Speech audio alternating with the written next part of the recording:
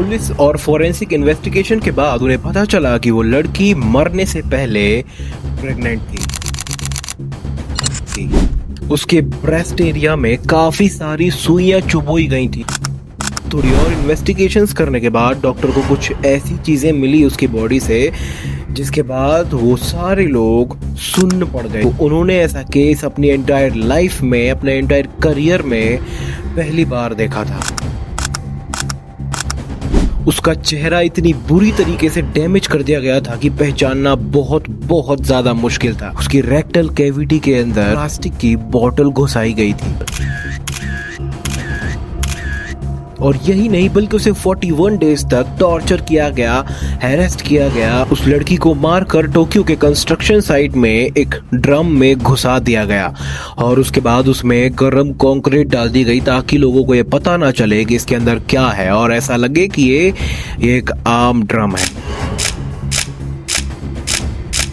और धीरे धीरे पुलिस के सामने एक ऐसा हॉरिफाइंग डिस्टर्बिंग केस आया जिसके बारे में वो सोचने से भी कतराते थे। 44 दिन और वो 4 लड़के। Welcome to the horrifying case of Japan. नवंबर 1998 जापान के सातिमा शहर में एक 17 साल की लड़की जंको फुरुता अपनी पार्ट टाइम जॉब करके रात में लौट रही थी, बट उसे जरा सा भी अंदाजा नहीं था कि पिछले 20 मिनट से 4 दरिंदे उसका पीछा कर रहे हैं और अचानक से रास्ता पूछने के बहाने से वो उसके पास आते हैं। वो रोड, वो हाईवे, वो जगह पूरी खाली थी, वहां पर कोई भी नहीं था और इस चीज का फायदा उन 4 लोगों ने उठाया। वो 4 लोग उस लड़की पर टूट पड़ते हैं। उसे किडनैप किया गया और 41 दिनों तक एक कमरे में बंद रखा गया और उस कमरे में 41 दिनों तक उस लड़की के साथ जो हुआ वो इतिहास के सबसे काले पन्ने थे। पूरे वर्ल्ड में ये सबसे ज्यादा क्रीपी और डिस्टर्बिंग केस बन गया। और जब पुलिस को 41 दिनों के बाद उस केस के बारे में पता चला, उस लड़की की हालत देखी उन्होंने, वहां के बड़े से बड़े, सीनियर से सीनियर ऑफिसर्स की रूह कांप गई। अगले 5 मिनट में हम जापान के सबसे ज्यादा खौफनाक और संगीन केस जंको फुरुता केस के बारे में बात करेंगे और खोलेंगे इसके वो पन्ने जो आज तक किसी के सामने भी नहीं आए।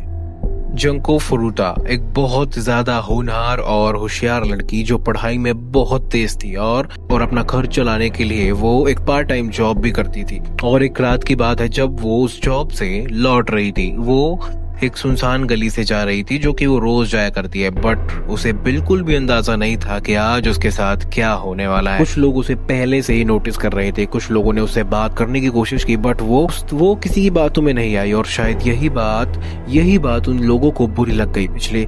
पिछले 20 मिनट से 4 लोग एक कार में उसका पीछा कर रहे थे और उसे ये चीज बिल्कुल भी नहीं मालूम थी। वो थोड़ी आगे जाकर एक स्टेशन में रुकती है कि शायद यहाँ से ऑटो वगैरह मिल जाए, बट वो एरिया पूरा सुनसान था, वहां पर कोई ज्यादा आता जाता नहीं था। पूरी रोड, पूरा हाईवे, पूरा एरिया, पूरे स्टेशन में कोई भी नहीं था और इसी चीज का फायदा उन 4 लोगों ने उठाया। जंको फुरुता के पास एक कार आकर रुकती है और वो उससे रास्ता पूछने के बहाने रुकते हैं और उसके बाद ड्राइवर वाली कांच नीचे गिरती है एंड देन वो उसे पूछते हैं और वो जंको फुरुता से पूछते हैं क्या ये रास्ता हमें हाईवे तक पहुंचा देगा।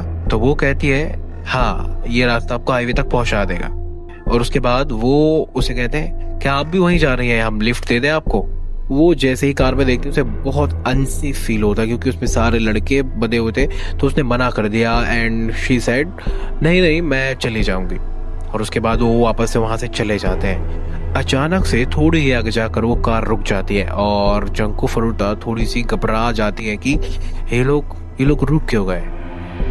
अचानक से ड्राइवर वाले जो गेट है उसका दरवाजा खुलता है, उसके बाद बाकी के 3 दरवाजे भी खुल जाते हैं और टोटल 4 लोग निकलते हैं उस कार से। सारे लोगों ने ब्लैक कॉस्ट्यूम पहना हुआ था जैसे कोई चोर डकैतों वाली हो।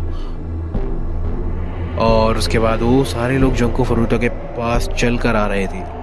वो लड़की बहुत ज्यादा डर जाती है और वहां से भागने की कोशिश करती है, बट वो लोग उसका पीछा करते हैं और उसे पकड़ लेते हैं। वो बहुत जोर से चिल्लाती है बट में से कोई भी उसकी बात नहीं सुनता। इनफैक्ट उसे मारा जाता है, उसका मुंह दबोचकर गाड़ी में डालकर उसे एक ऐसे सुनसान घर में ले जाया जाता है, एक ऐसे सुनसान घर के कमरे में ले जाया जाता है जहां किसी को भी मालूम नहीं होता। और सबसे बड़ा झटका तो ये लगा जब उन्होंने जंको फरूता को ये कहने पर मजबूर किया कि वो अपने घर वालों को कॉल करे और वो उन्हें बताए कि वो अपनी मर्जी से अपने फ्रेंड के घर आई हुई है, ताकि उन लोगों के खिलाफ कोई इन्वेस्टिगेशंस ना हो, ताकि पुलिस को इन सारी चीजों के बारे में कुछ भी पता ना चले। उस बंद कमरे के अंदर का माहौल किसी नर्क से कम नहीं था।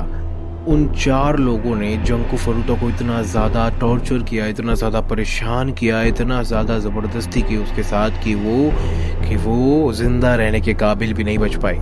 उसके साथ हर वो चीज हो रही थी जो तुम इमेजिन भी नहीं कर सकते।